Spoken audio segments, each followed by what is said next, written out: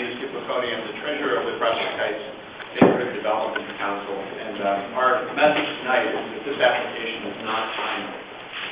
At 18,000 seats in a building that covers 2 blocks of Brooklyn, this would be the largest license for full liquor sales on premises in the borough of Brooklyn. And if these operators were interested in the support of the community, the way to go about this would have been to meet with the community boards and the elected representatives and negotiate stipulations that would warrant the support of the community. But instead, they're moving forward with the application to the State Liquor Authority and forcing a decision and a recommendation with really a very, very limited amount of review.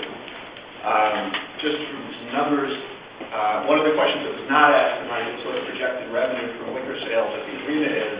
The projected total concession sales and gross for the arena is $32 million in the first year. It's a tremendous amount of money. One of the things that was asked tonight is what to do about local jobs for people.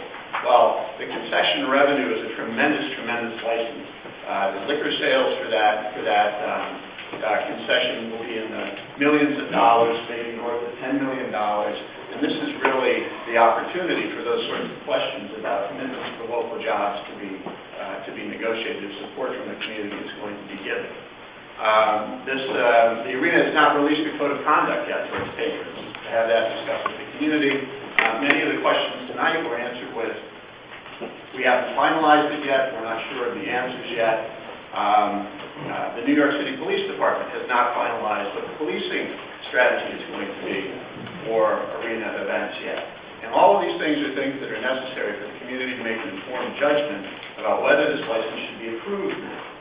So, with all respect, the applicants ought to be considering deferring their application until these announcements have been made, until there's been an opportunity for informed dialogue with the community and its elected representatives.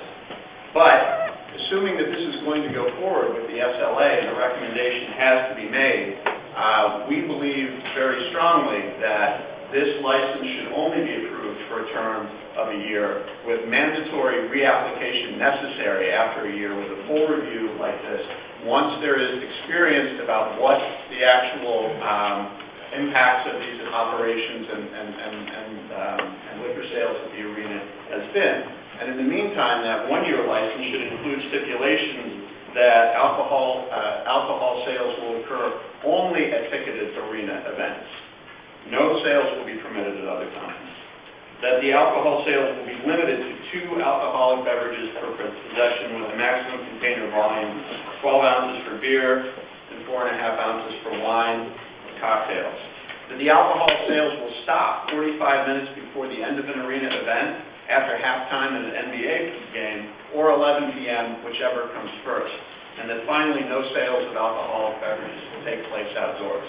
These are stipulations that should appear in print on the liquor license. They should not be left up to, we're doing our best efforts, we'll see what happens, every event is different. This is a very, very significant concession and a very significant license that's being requested of this community, and it's appropriate to have some very significant borders and parameters built around what's possible.